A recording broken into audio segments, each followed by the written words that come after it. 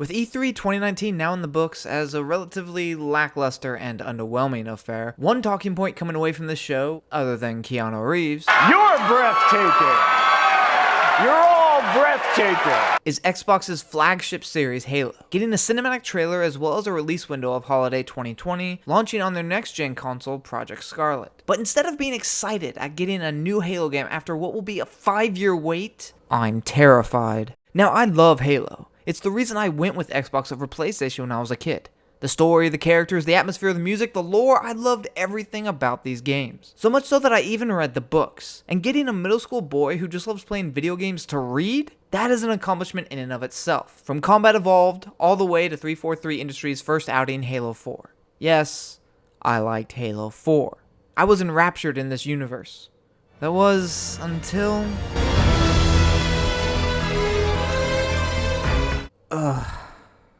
I'm not going to go over everything wrong with Guardians here, as that could be a video itself one day. Instead, I'm going to focus on one thing. One thing that most of the Halo games excel at.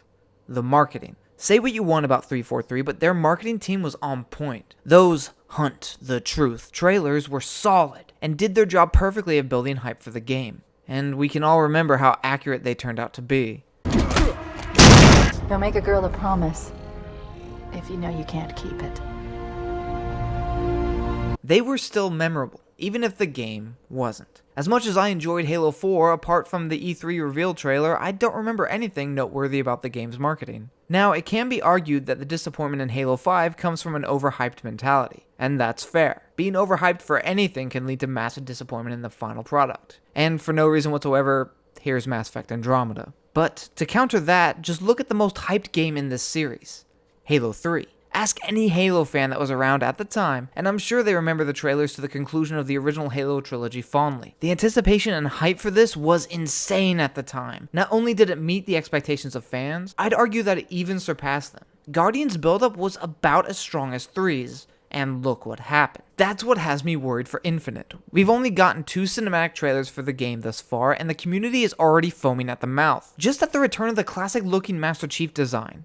That's all it takes. The hype is real for Infinite, and that's the problem. I'm not saying Infinite will be a bad game. After all, I can't judge something I haven't played. But for the first time, after being a fan for almost 2 decades, there's doubt. Doubt in the quality of a Halo game. 5 years ago, that would have been blasphemous for me, and yet, here we are. So what does this mean? Well, in the past, new FPS games would be described as a Halo killer, and very few of them would ever reach that same tier. But there is a true Halo killer out there.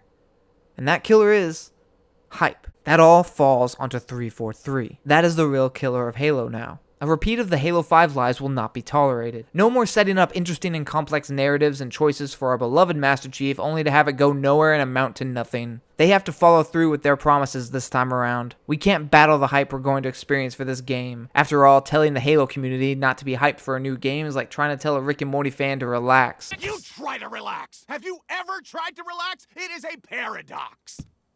But this isn't a message to the community. It's a message to 343. It's up to you to save Halo from yourselves now. If you're going to make a promise, you better damn keep it. From one avid Halo fan to the developers handed the reins to one of the most beloved franchises of all time, all I have left to say to you is, don't fuck it up!